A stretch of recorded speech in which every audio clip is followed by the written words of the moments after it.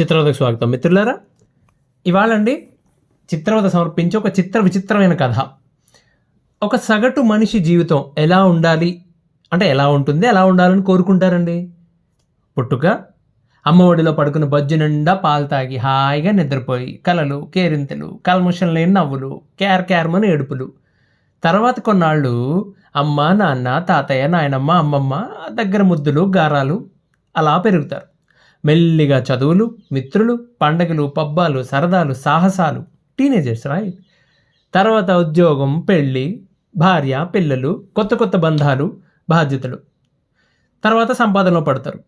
Like ఆర్థికంగా, సామాజికంగా జీవితంలో ఎదుగుదల, పిల్లల చదువులు, వాళ్ళ పెళ్ళిళ్ళు, ఇంకొన్ని కొత్త కొత్త బంధాలు, కొత్త బాధ్యతలు. కొన్నాళ్ళకి మీ సంపాదన, మీ అస్తిత్వం, మీ వారసత్వం మీ పిల్లలకి ఇచ్చేసి మీ శరీరాన్ని వదిలేసి వెళ్ళిపోతారు. మరి అందరికీ ఇలాగే జరుగుతుందా? అందరి విషయంలోనూ ఇదేనా జరిగేది? లేదండి. జీవితం ఎలా ఉండబోతుంది? కృష్ణుడు చెప్తాడు ఎలా ఉండబోతుంది అని అడిగితే సింపుల్ ఒకటే ఆన్సరు. గాలి వీచే దారి ఎటు నాయనా. ఓకే, ఎటు ఉంటుందండి గాలి వీచే దారి? నీ జీవితం కూడా అలాగే ఉంటుందట. అంటే మీరు ఇప్పుడు ఇక్కడ ఒక చోట నిలబడ్డారనుకోండి, ఎటుపక్క నుంచి వస్తుంది గమనించండి గాలి. మరుక్షణం అది మారిపోవచ్చు, దాని దిశ మారిపోవచ్చు, లేదా 4 రోజులు అదే రకంగా రావచ్చు, చెప్పలేం మనం. జీవితం కూడా అంతే. ఏ క్షణంలో ఎక్కడ ఎలాంటి మలుపు తిరుగుతుందో చెప్పడం చాలా కష్టం అండి. అలాంటి ఒక జీవితానికి చెందిన కథ అండి ఇది. ఒక అమ్మాయి తన భర్త మీద మెయింటెనెన్స్ కేసు వేశారు. నెలకి ఒక 38,000 40,000 మొత్తానికి కావాలని చెప్పి మెయింటెనెన్స్ కేసు వేశారండి. ఒక అడ్వకేట్ ఉన్నారు. ఏదో ఒకటి అనుకోవాలి కదా, అడ్వకేట్ అంటే కన్ఫ్యూజ్ అవుతాం. కొంతసేపు రమణ అని అనుకుందాం ఆయన పేరు. ఈ రమణ అనే ఆయన అడ్వకేట్. అమ్మాయి తండ్రి స్నేహితులు, అంటే పెద్ద స్నేహితులు కాకపోయినా కానీ తెలిసిన వాళ్ళు, ఎప్పటి నుంచో తెలిసిన వాళ్ళు. కాబట్టి ఈయన రమణ గారు మెయింటెనెన్స్ కేసు ఫైల్ చేశారు అమ్మాయి తరపున. ఆ కేసు నడుస్తుంది. దాంతోపాటు డీవీసీ, 498A, డివోర్స్ కేసులు కూడా నడుస్తున్నాయి పక్క నుంచి. అయితే ఒకసారండి అబ్బాయి సైడ్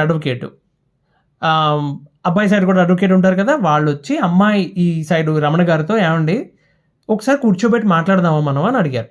అంటే ఈయన ఏమన్నారంటే రమణ గారు, సరే చూద్దామండి, సెటిల్ చేసుకుంటే మంచిదే కదా సార్, ఎందుకు తలకాయ నొప్పి కోర్టుల చుట్టూ తిరగడం, మాకు తెలిసిన వాళ్ళ అమ్మాయి కూర్చోబెట్టి మాట్లాడిద్దాం ఇద్దరికి అని చెప్పి మీటింగ్ అరేంజ్ చేశారండి.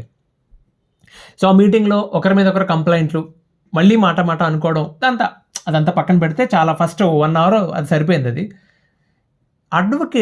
ఈ ఇద్దరు అడ్వకేట్స్కి కూడా అప్పటివరకు తెలియని ఒక కొత్త విషయం తెలిసింది. ఏంటది? అసలు ఆ కేసులన్నీ పెట్టకముందు, ఇంకా ఈ కేసెస్ ఏమీ పెట్టకముందు అమ్మాయి అబ్బాయి సైడ్, అంటే కేవలం అమ్మాయి సైడ్ ఫ్యామిలీ మెంబర్స్, అబ్బాయి సైడ్ ఫ్యామిలీ మెంబర్స్ కూర్చుని పెద్దవాళ్ళు మాట్లాడుకుని ఇలా విడిపోదామని ఎలాగో డిసైడ్ అయ్యారు. కాబట్టి ఎంతో కొంత సెటిల్ చేసుకోండి అని అనుకుని అమ్మాయి సైడ్ వాళ్ళు ఏం పెట్టారంటే కండిషను, ఆమె బంగారం ఆమెకి ఇచ్చేసి ఒక 35 లక్షల రూపాయలు అడిగారు సెటిల్మెంట్ కింద. ఓకే, అయితే అలా కొంచెం బేరాలు పైకి కిందకి వెళ్ళాయి. తర్వాత వీళ్ళేమో బాబు మేము ఎంతకంటే ఇవ్వలేమని, వాళ్ళు లేదు 35 కంటే మాకు తక్కువ కుదరదని మొత్తానికి 18 లక్షల రూపాయలకి సెటిల్ చేసుకున్నారండి. అంటే విషయం ఏంటి? అబ్బాయి అతని భార్యకి తన బంగారం తనకి ఇచ్చేసి 18 లక్షల రూపాయలు క్యాష్ ఇస్తే ఆమె కేసులు ఏమి పెట్టకుండా అవన్నీ వెనక్కి తీసుకొని, కేసులు ఏం పెట్టకుండా, అప్పటికి ఇంకా కేసులు ఫైల్ అవ్వలేదు, ఏం పెట్టకుండా మ్యూచువల్గా డివోర్స్ తీసుకునేలాగా. ఇప్పుడు మీటింగ్ జరుగుతుంది కదా, ఇక్కడ ఇద్దరిని కూర్చోబెట్టి మాట్లాడుతున్నారు కదా అడ్వకేట్స్. ఈ పాయింట్ వరకు ఇద్దరు ఒప్పుకున్నారు. అమ్మాయి సైడ్ వాళ్ళు ఒప్పుకున్నారు, అబ్బాయి సైడ్ వాళ్ళు ఒప్పుకున్నారు. ఎస్, మేమిద్దరం ఒప్పుకుంటున్నాం, మేము ఇంతకుముందు కూర్చుని ఇలా మాట్లాడుకున్నాం, ఇది సేమ్ ఇదే ఒప్పందానికి అని చెప్పి ఒప్పుకున్నారు. అయితే ఇక్కడ పాయింట్ ఏంటంటే అబ్బాయి ఏమంటాడు, ఏమండి ఆమెకి ఒప్పుకున్నట్టుగానే ఆమె బంగారం ఆమెకి ఇచ్చేశాను, తనకి ఇస్తానని చెప్పిన 18 లక్షల రూపాయలు క్యాష్ కూడా అమ్మాయికి ఇచ్చేసాను నేను. కానీ విడాకుల కేసుకి ఆ రోజు అటెండ్ అయితే, అదే ఇచ్చిన ట్రాన్సాక్షన్ జరిగిన రోజు నాడు అమ్మాయి కేసు కోర్టులో అటెండ్ అయితే జడ్జి గారు సెలవు అవటం వల్ల అది వాయిదా పడింది. ఆ తర్వాత వాయిదాకి అమ్మాయి వాళ్ళు రాలేదు. ఆ తర్వాత 1 నెల అయిపోయింది, 2 నెలలు అయిపోయింది, వాయిదాలకు రావట్లేదు. పెద్ద మనుషులు కవర్ పంపిస్తే వాళ్ళు ఏంటంటే ఇదేంటి డబ్బులు ఎప్పుడు ఇచ్చావు మాకని చెప్పి మాట మార్చారు. మాట మార్చిందే కాకుండా 4 నెలలు ఆగి మళ్ళీ మెయింటెనెన్స్ కేసు ఫైల్ చేశారండి అంటారు. అబ్బాయి వాళ్ళు చెప్తున్న వర్షన్ ఇది. అమ్మాయి ఏమంటది, అమ్మాయి సైడ్ ఏం చెప్తారు, ఇది మరీ దారుణం అండి, మాకేమన్నా సరదానా డబ్బులు తీసుకొని లేదని చెప్పడానికి. అమ్మాయి తన బంగారం తనకి రిటర్న్ ఇచ్చిన మాట వాస్తవం, కానీ డబ్బులు ఇవ్వలేదు. అవి ఇచ్చి ఉంటే మేము ఇలా కోర్టు చుట్టూ ఇన్ని సంవత్సరాలు బట్టి ఎందుకు తిరుగుతామండి అని చెప్పి వాళ్ళు చెప్తున్నారు. సరే యూనో అడ్వకేట్స్కి కొంచెం కన్ఫ్యూజ్ అయ్యారు. బాబు ఒకసారి ఆగండి, హోల్డ్ అని చెప్పి సరే అబ్బాయి వాళ్ళని అడిగారు, మీరు డబ్బులు ఇచ్చానంటున్నారు కదా, డబ్బులు ఇచ్చినట్టుగా అమ్మాయికి మీ దగ్గర ఏదో ఒక ఎవిడెన్స్ ఉంటుంది కదా అంటే అబ్బాయి తండ్రి ఏమన్నారంటే ఏమండి ఆ టైంలో ఎలాగో సెటిల్ చేయాలి కాబట్టి వాళ్ళకి వేరే అప్పులు కూడా ఉన్నాయి తీర్చేద్దామని చెప్పి పొలం అమ్మారట. ఆ పొలం అమ్మినప్పుడు కొంత క్యాష్ వచ్చింది, ఆ క్యాష్ పట్టుకొచ్చి ఇచ్చాం వీళ్ళకి. సో అది ఆన్లైన్ కాదు, బ్యాంక్కి ఏ సంబంధం లేదు, ఏ ట్రాన్సాక్షన్ డిజిటల్ ట్రాన్సాక్షన్ కాదు, గట్టిగా మాట్లాడితే అది బ్లాక్ మనీ ఇచ్చామని చెప్తున్నారు వాళ్ళు.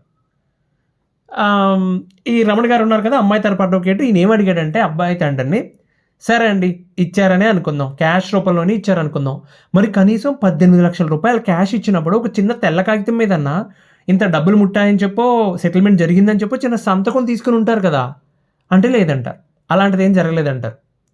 పోనీ ఎవరో మధ్యవర్తులు పెద్దలు ఉన్నారో ఎవరైనా ఉన్నారా మీ ఇద్దరి మధ్యన అంటే లేరు, వాళ్ళ వీళ్ళ కుటుంబ సభ్యులు తప్ప, అది కూడా డైరెక్ట్ ఫ్యామిలీ మెంబర్స్ తప్ప బయట వాళ్ళు ఎవరు లేరు.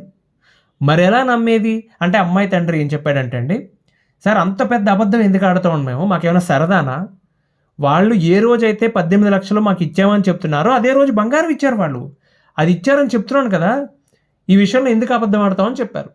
మరి లాజికల్గా కరెక్టే, అది వాళ్ళ దగ్గర ఇచ్చినట్టు ఆధారం లేదు, వీళ్ళు చెప్తున్న లాజిక్ కరెక్ట్గానే ఉంది. ఆ రోజు ఇంక చర్చలు ఎక్కడికి కదలలేదండి, వీళ్ళిద్దరి మధ్యన చర్చలు విఫలమయ్యాయి, కేసులను నడుస్తూనే ఉన్నాయి. మళ్ళీ అక్కడి నుంచి ఇంకొక 2 ఏళ్ళ తర్వాత ఈ అమ్మాయి ఉంది కదా, ఈ కేసులు ఫైల్ చేసిన అమ్మాయి ఉంది కదా రమణ గారి క్లయింట్, ఆవిడకు చెల్లెలు ఉంది, చిన్న కూతురు ఉందనమాట. ఆ అమ్మాయికి పెళ్లి కుదిరింది. ఆ పెళ్లి పనుల్లో వాళ్ళు బిజీగా ఉన్నారండి. ఇదిలా ఉండగా ఒకరోజు ఈ రమణ గారు ఆ అమ్మాయికి ఫోన్ చేసి, ఏమమ్మా ఇలా మెయింటెనెన్స్ కేసులో ఆర్గ్యుమెంట్స్ కూడా అయిపోయాయి కదా, మీకు బహుశా ఈ వీక్లో వాయిదా ఉంది, మనకు ఆర్డర్ రావచ్చు, మెయింటెనెన్స్ కేసులో ఫైనల్ ఆర్డర్ రావచ్చు. అయితే ఇంకా వాళ్ళ చిన్నమ్మాయి పెళ్లి 10 రోజుల్లో ఉందనగా అమ్మాయికి ఏదో షాపింగ్ ఉందని చెప్పి చిన్నమ్మాయి అంటే ఇప్పుడు పెళ్లి కూతురు, పెద్ద అమ్మాయి అంటే ఈ కేసు ఫైల్ చేసిన అమ్మాయి, వాళ్ళిద్దరిని తీసుకుని వాళ్ళ తల్లిదండ్రులు ఇద్దరు సిటీకి వచ్చారు. వాళ్ళకి ఏదో షాపింగ్ పని ఉందని చెప్పి ఈ పెద్ద అమ్మాయిని కోర్టు దగ్గర వదిలి వాళ్ళు షాపింగ్కి వెళ్ళారండి. ఆ రోజు మొత్తానికి మధ్యాహ్నం 1 గంట అయిపోయే వరకు వెయిట్ చేపించి ఆర్డర్ ఇచ్చారు. ఏమని ఇచ్చారు, నెలకి 25,000 రూపాయలు అబ్బాయికి కట్టేటట్టుగా ఆర్డర్ ఇచ్చారు. సో ఇక మధ్యాహ్నం నుంచి వీళ్ళు నలుగురు వాళ్ళు వచ్చారు, ఈ అమ్మాయిని పిక్ చేసుకుని అక్కడ అడ్వకేట్తో ఒకసారి మాట్లాడేసి ఇంటికి వస్తామండి మీ ఇంటికి అని చెప్పి, ఆఫీస్కి కాకుండా అడ్వకేట్ గారు వాళ్ళు మరి రమణ గారు కొంచెం తెలిసిన ఆయనే కదా వీళ్ళకి, వాళ్ళ ఇంటికి వెళ్ళి ఆయన కుటుంబం మొత్తాన్ని వీళ్ళ ఇంటికి పెళ్ళికి పిలిచి ఆయన నార్మల్ ట్రెడిషన్ వాళ్ళకి శుభలేఖది ఇచ్చి మరీ రావాలని చెప్పి పైగా గుడ్ న్యూస్ ఒకటి చెప్పారు కదా, మెయింటెనెన్స్ కేసులో మిగిలిపోయిన ఇవ్వాల్సిన ఫీజు కూడా ఇచ్చేసి ఆయనకి వాళ్ళు వెళ్ళారండి. ఈలోపు రమణ గారికి ఏదో హైకోర్టులో ఏదో కేసు పని ఉండి ఆయన హైదరాబాద్ వెళ్ళారు. అక్కడ పని ముగించుకుని వచ్చేసరికి దాదాపు వారం దాటిందనమాట. ఆయన తిరిగి వచ్చి కోర్టు కేసులు ఏమున్నాయి, ఇంపార్టెంట్ కేసులు ఏమున్నాయి అని చెప్పి చూసుకుంటూ ఉంటే అసిస్టెంట్ గుర్తు చేశాడు, సార్ ఇవాళ నాకు రిమైండర్ ఏమని చెప్పారు, రేపు ఎవరితో పెళ్ళికి వెళ్ళాలని చెప్పారు మీరని చెప్పారు. అమ్మో బాగానే గుర్తు చేశారు అబ్బాయి, రేపు ఖచ్చితంగా వెళ్ళాలని చెప్పి మర్నాడు అంటే ఆ చిన్న అమ్మాయి పెళ్ళి ఏదైతే ఉందో ఆ మర్నాడు పొద్దున్న ఈయన పెళ్ళి డే టైం అనమాట, సార్ లంచ్కి వెళ్దాం ఎట్లాగో, కాకపోతే ఈ లోపు మనకి బెయిల్ పిటిషన్ ఒకటి ఉందని చెప్పి ఆయన కోర్టుకి వెళ్ళి రమణ గారు ఆ బెయిల్ పిటిషన్ సంగతి చూసుకుని మిగతా కేసులు జూనియర్స్కి అప్పగించి ఆయన భార్య ఇద్దరు కారు వేసుకుని వాళ్ళ ఊరు బయలుదేరారు. దారిలో ఏదో గిఫ్ట్ కొనుక్కొని బయలుదేరాడు. సో వీళ్ళు వెళ్ళేసరికండి వాళ్ళ అడ్రస్ అది తెలిసి ఈయనకి, వాళ్ళ ఊరు తెలుసు, అడ్రస్ తెలుసు. వెళ్ళారు, అక్కడ ఇంటి ముందు పందిరి హడావుడి అంతా ఉంది, జనాలు చుట్టాలు ఉన్నారు. వీళ్ళు వెళ్ళి లోపలికి వెళ్తూ ఉంటే ఈ అమ్మాయి ఉంది కదా, ఈయన క్లయింట్ ఉంది, లేకపోతే ఆయన ఉన్నారు కదా, ఈయన తెలిసిన ఫ్రెండ్ ఉన్నాడు కదా అమ్మాయి తండ్రి, ఇదేంటి ఎవరో కనబట్టలేదు అనుకున్నారు. వాళ్ళకి ఎందుకో పరిస్థితులు తేడాగా అనుకుంటూ ఉండగానే ఒక ఆయన్ని ఏడండి ఆయన అడిగితే ఆయన సడన్గా అదేంటండి ఆ పెద్ద ఆయన కాలం చేశారు కదా అన్నాడు. ఈయన అడ్వకేట్ అయ్యో అంటే మరి ఇంక చిన్న అమ్మాయి పెళ్లి జరిగినట్టే కదా, ఈ వారం రోజుల్లోనే కదా జరిగింది, ఏం జరిగినా. ఆయన కన్ఫ్యూజ్ అయ్యి అచ్చా పెళ్ళి క్యాన్సిల్ అయిందా, పోస్ట్పోన్ అయిందా, పోన్లే కనీసం కుటుంబాన్ని పరామర్శించి వెళ్ళిపోదాం అని చెప్పి ఆ గిఫ్ట్ కార్లో పాడేసరా అని చెప్పి వాళ్ళ ఆవిడకి. ఎలా జరిగిందండి అని అడిగితే ఎవరైతే చెప్పాడో ఆయనే చెప్పాడు. 10 రోజుల క్రితం అండి ఈ పెద్ద అమ్మాయిని చిన్న అమ్మాయిని తీసుకుని వెళ్ళు ఫ్యామిలీ మొత్తం నలుగురు కూడా దగ్గరలో ఉన్న టౌన్కి షాపింగ్కి వెళ్ళారు. వాళ్ళు తిరిగి వస్తూ ఉంటే కారుకి ప్రమాదం జరిగిందండి అన్నాడు. అందులో ఆ ప్రమాదంలో తల్లి, తండ్రి, చిన్న కూతురు ముగ్గురు ప్రాణాలు కోల్పోయారటండి. పెద్ద అమ్మాయి మాత్రం దెబ్బలతో బయటపడింది, ఇప్పుడు హాస్పిటల్లో ఉంది అమ్మాయి. ఇది చలించిపోయాడు ఈయన అడ్వకేట్. కుటుంబం మొత్తం మాయమైపోయింది ఒక రోజుకి. ఇంకేం చేస్తారండి, ఆ టైంలో హాస్పిటల్కి వెళ్ళి ఆవిడ పరిస్థితి ఏంటో ఎక్కడ ఉందో తెలియదు, ఎందుకు వాళ్ళని ఇబ్బంది పెట్టడం అని చెప్పి వీళ్ళు దారి నేను వచ్చేసారండి. ఈ రమణ గారు వెనక్కి వచ్చిన తర్వాత ఆయన కోర్టు గొడవలు, ఆయన కేసులు, ఆ గోల్లో ఆయన ఉండిపోయాడు. ఒకరోజు అండి, అదే అమ్మాయి ఉంది కదా, హాస్పిటల్లో ట్రీట్మెంట్ తీసుకుంటుంది కదా, ఆ అమ్మాయిది డివోర్స్ కేసు వాయిదా వచ్చింది ఒకటి. అయితే ఈయనకి సడన్గా గుర్తొచ్చిందో ఎలా ఉందో ఏంటో, కోలుకుందో లేదో ఫోన్ చేద్దాం అని చెప్పి ఫోన్ చేస్తే అమ్మాయి ఏంటంటే ఇప్పుడిప్పుడే కొంచెం కోలుకుంటుందండి, ఈ వాయిదాకి రాలేదు, తను ఇంకొక వాయిదా తీసుకోమని చెప్పారు. మెడికల్ సర్టిఫికేట్ ఎలాగో ఉంది కాబట్టి 3 నెలలకు వాయిదా తీసుకున్నారు. దాదాపు ఒక 2.5 నెలల తర్వాత ఆ అమ్మాయి అడ్వకేట్ రమణ గారిని కలవడానికి వచ్చిందండి. అన్ఫార్చునేట్లీ ఆ అమ్మాయికి యాక్సిడెంట్ వల్ల కుడికాలు తీసేయాల్సి వచ్చింది. తనకి కుటుంబం లేదు, ఒక కాల్ లేదు. All of a sudden just matter of 10 daysలో జరిగిపోయింది మా ఇదంతా. అది చూసి అప్పటికే షాక్లో ఉన్నాడు ఆయన. ఫ్యామిలీ లేకపోవడం విచిత్రం, ఈవిడికి పైగా యూనో ఇలా జరిగేసరికి ఆయన ఏమి మాట్లాడలేని పరిస్థితిలో ఉంటే అమ్మాయి ఇంకొక విషయం చెప్పింది. తన భర్త వాళ్ళకి 18 లక్షల రూపాయలు ఇచ్చింది వాస్తవమని, వాళ్ళే అబద్ధం చెప్పారని చెప్పారు. ఈ అమ్మాయి వాళ్ళే అబద్ధం చెప్పామని మేమని చెప్పారు. ఆ రోజు కార్ యాక్సిడెంట్ జరిగినప్పుడు కారు పల్టీ కొడితే అండి ఆ అమ్మాయికి దాదాపు స్పృహ కోల్పోయే పరిస్థితి, ఏమైందో తెలియలేదట. కానీ ఆ పక్కన తెలుస్తోంది తల్లి చెల్లెలు మాట పలుకు లేదు. కానీ తండ్రి మగతలో ఏదో చెప్తున్నాడు, ఆయన అల్లుడు అని ఏదో చెప్తున్నాడు, మోసం అంటున్నాడు. ఈవిడికి అర్థం కాలేదట. ఆ మత్తులో నాకు నిజంగా స్పృహ ఉందా లేకపోతే మత్తులో నేను ఏమన్నా ఇమాజిన్ చేసుకుంటున్నాను అని చెప్పి చాలా కష్టపడ్డాను, నాకేం గుర్తులేదు, తర్వాత నేను స్పృహ కోల్పోయాను, హాస్పిటల్లో మెలకు వచ్చేసరికి హాస్పిటల్లో ఉన్నా అని చెప్పింది.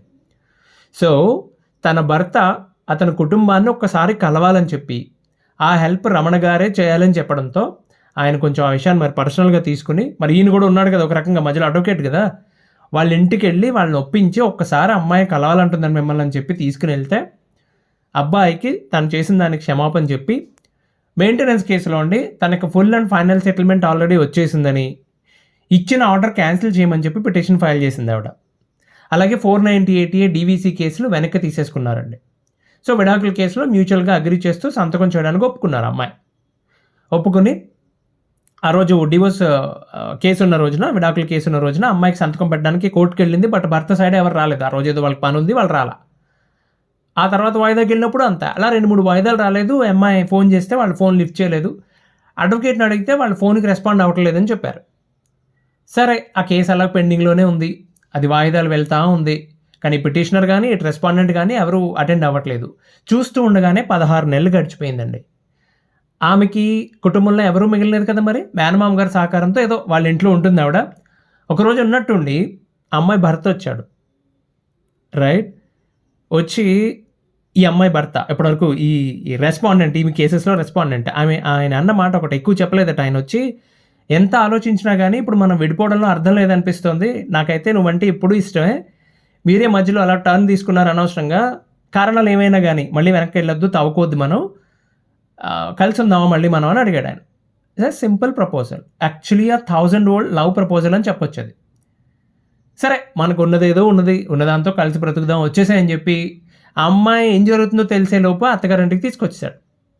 అత్త మామ కూడా అండి ఒకటే కొడుకు, వాడు హ్యాపీగా ఉంటాడు, మనకి పోన్లే ఏమి వాడి ఇష్ట ప్రకారం పోదాం అని చెప్పి వాళ్ళు ఒప్పుకున్నారు. ఆ తర్వాత ఆ అమ్మాయి తన భర్త సహాయంతోనే గవర్నమెంట్ జాబ్కి ప్రయత్నం చేసి గ్రూప్స్లో పాస్ అయిందండి. జాబ్ తెచ్చుకున్నారు అమ్మాయి. ఇద్దరు గవర్నమెంట్ ఎంప్లాయీస్ అండి, భర్త గవర్నమెంట్ ఎంప్లాయీ, ఈవిడ గవర్నమెంట్ ఎంప్లాయీ. ఇప్పుడు వాళ్ళకి ఒక బాబు కూడా. ఇదంతా మీకెలా తెలుసు అని అడిగితే అండి, మనకెలా తెలుస్తుందండి, ఆ అమ్మాయి వారు ఉన్నారు కదా, ఇప్పుడు ఈ చెప్పిన మొత్తం కథలో వారు ఉన్నారు కదా, ఛానల్ చూశారట, ఎవరో షేర్ చేస్తే చూశారట, వారు ఈమెయిల్ చేశారండి. ఎంత తక్కువ సమయంలో పెద్ద పెద్ద నిర్ణయాలు తీసేసుకున్నారు, కానీ పడి లేచిన కెరటం భలే అనిపించింది. ఒక్కటే గుర్తుపెట్టుకోండి, మంచోడు చెడ్డోడు అని ఉండరు, అన్ని పరిస్థితులే. స్కేల్ పెట్టి కొలిచినట్టు తీసుకున్నారు నిర్ణయాలు. ఆవిడకి దెబ్బ తగిలిన తర్వాత తీసుకున్న ప్రతి నిర్ణయం చాలా చక్కగా తీసుకున్నారు. తల్ల కిందలు అయిపోయింది అనుకున్న జీవితం కాస్త అమ్మాయి ఆవిడ భర్త ఇద్దరు కూడా అండి, ఈవిడేమో ఆవిడ తప్పు ఒప్పుకుని ఏం చేయాలో అది చేశారు, ఆయనేమో సింపుల్గా క్షమించడమే కాక మళ్ళీ తోడుగా నిలబడ్డారు. సరైన సమయానికి సరైన నిర్ణయం తీసుకున్నారు, ఇద్దరినే అభినందించాలి. అమ్మ చాలా సంతోషం అండి, మీరు వింటారని తెలుసు. మీరు పంపిన ఆడియో ఫైల్ వింటుంటే నేను ఫస్ట్ కొంతసేపు విన్న తర్వాత అయ్యి బాబు ఏంటిది ముగింపు ఎలా ఉంది దీనికి అని చెప్పి నాకు వినబుద్ధి కాక నేను లాస్ట్కి వెళ్ళిపోయి ఒకసారి లాస్ట్లో ఏం చెప్పారో 2 నిమిషాలు విని ఓకే ఓకే కూల్ అంతా హ్యాపీ ఎండింగ్ అని చెప్పి పూర్తిగా విన్నా. సో ముగింపు విన్నాక ప్రశాంతంగా అనిపించింది. సో పిల్లలు నీతి ఏంటి? కాలం కంటే బలవంతుడు ఎవ్వడూ లేడు, అది శిక్షించను గలదు, చికిత్సను చేయగలదు. ఒకవైపున ఎప్పుడు ఉండిపోదండి. ఇవాళ నేను బలంగా ఉన్నాను కాబట్టి అవతల పక్కోడి మీద ప్రతీకారాలు పగలు తీర్చుకోవాలనుకుంటే అది రివర్స్ అయిపోవచ్చు రేపు పొద్దున్న ఎప్పుడన్నా. So be careful. తీసుకునే ప్రతి నిర్ణయం పగతో, ప్రతీకారంతో, ఈగో వీటితో కాకుండా బుర్ర పెట్టి ఆలోచించి తీసుకోండి. ధన్యవాదాలు. ఇంకో వాయిదాలో మళ్ళీ కలుద్దాం. అంతవరకు సెలవు. అమ్మా నమస్కారం అమ్మా, చాలా సంతోషం, చాలా హ్యాపీగా ఉంది. ఆల్ ది బెస్ట్ అండి.